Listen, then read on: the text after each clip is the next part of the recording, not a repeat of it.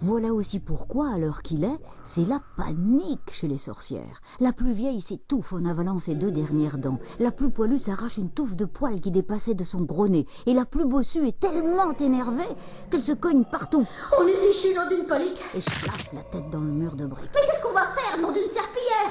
Et bing, le coude dans le lampadaire. Faut trouver une idée, nom d'une chaussette trouée. Et boum, le genou dans le tabouret. Ah, là, je crois qu'elle l'a cassé. Non, pas son genou, le tabouret.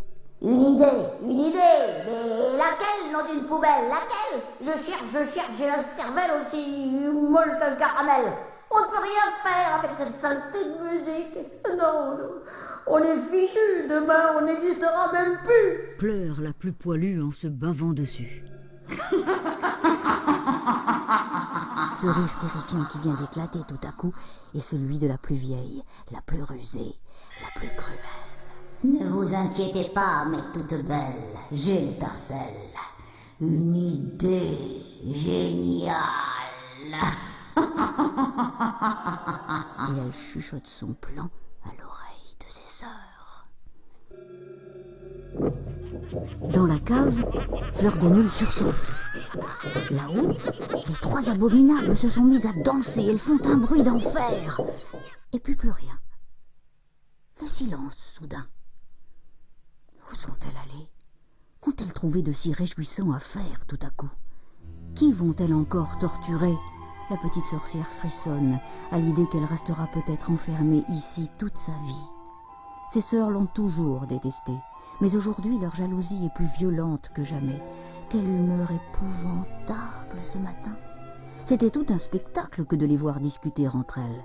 Des jets de fumée de toutes les couleurs leur sortaient de partout, un feu d'artifice de rage. Et pourquoi la musique ne la paralyse pas, elle, hein? Et pourquoi elle peut voler sans balai, pas nous, hein? Et pourquoi elle ne rapetisse jamais, hein?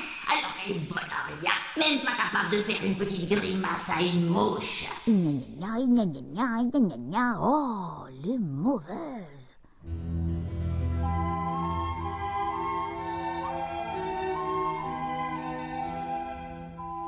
Fleur de Nul, dans sa prison, se pose aussi des questions.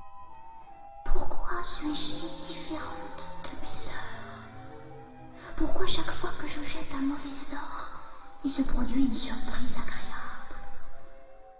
Je suis tout le contraire d'une sorcière. Je suis peut-être... Et si j'étais une fée? Et tout en rêvant à cette drôle d'idée qui la fait rosir de plaisir, elle chuchote. Tous, pousse, pousse, la source, pousse. Par le civis de naïs, comme mes complices Ulysse, Narcisse, agissent. Et elle reprend avec ses complices la badinerie de Bach.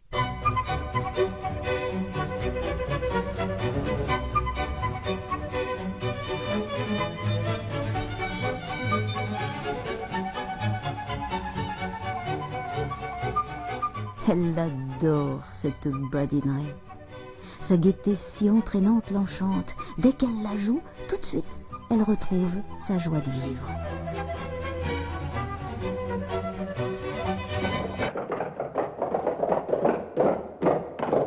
Une dégringolade de sabots dans les escaliers l'interrompt. Les 3 teignes sont de retour. Elle glousse de satisfaction comme chaque fois qu'elles reviennent d'un mauvais coup. 353 verrouillés. Grouillez-vous de vous déverrouiller. La porte s'ouvre, juste le temps de jeter 6 énormes sacs et... 353 verrouillés. Grouillez-vous de vous verrouiller. Et tout excitée de joie, elle remonte les marches 3 par 3. La petite sorcière aimerait bien savoir ce que contiennent ces sacs. Bien qu'ils soient immenses, ils paraissent très légers. Elle dénoue les ficelles et...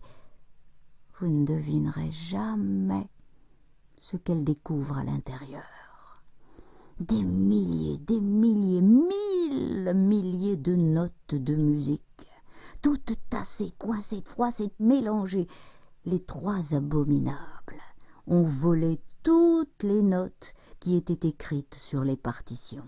Vous devez vous demander comment elles y sont arrivées. Mais avec leur souffle, évidemment. Le souffle des sorcières est d'une puissance extraordinaire. En moins de 2, elles peuvent aspirer tout ce qu'elles veulent. Cette fois, elles ont été plus diaboliques que jamais. Pour que la musique ne puisse pas les changer en statues, il a fallu qu'elles agissent de très loin. Alors, elles ont choisi la tour la plus haute de la ville, celle aux 333 étages. Elles ont atterri sur le toit avec leurs balais, et là, elles ont baragouiné « Do, ré, mi, fa, sol, la, si, do, croche, clé et dièse, allegro, fortissimo, presto, dans la bouche des punaises. » Puis elles ont aspiré. Aussitôt, des kilomètres et des kilomètres de notes se sont échappés de partout pour venir s'engouffrer dans leur bouche. Leurs bouches se remplissaient à toute allure, et à toute allure, les trois diablesses recrachaient les notes dans les sacs. Aspirer, cracher, aspirer, cracher, aspirer, cracher. Vite, vite, vite! Il fallait à tout prix qu'elles réussissent. Et elles ont gagné. Demain, la fête de la musique sera gâchée, et elles pourront recommencer à nous empoisonner la vie. Et maintenant, dans la ruine de la rue des Tempêtes, les trois affreuses fêtent leur victoire. Elles se tordent de rire.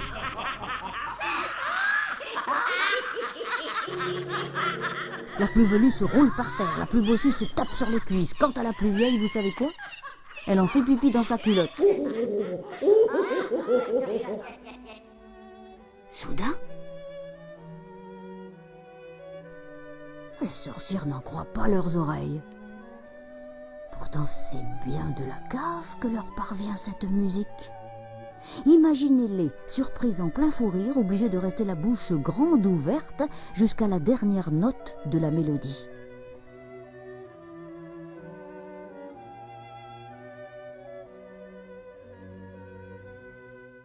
Le silence revenu, vite, vite, elles descendent. 333, verrouillé. Grouillez-vous de vous déverrouiller. La porte s'ouvre. Tout est noir et silencieux. Elles entrent et...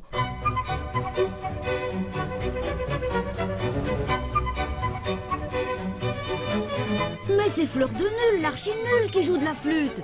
Eh oui! Et ces instruments de musique suspendus dans l'air, d'où viennent-ils? Ils sont magiques. Tous, en effet, sont enveloppés d'une brume lumineuse. La cave est éblouie de clarté. Les sorcières ferment les paupières. C'est bientôt ce qu'elles peuvent encore bouger. Le reste est déjà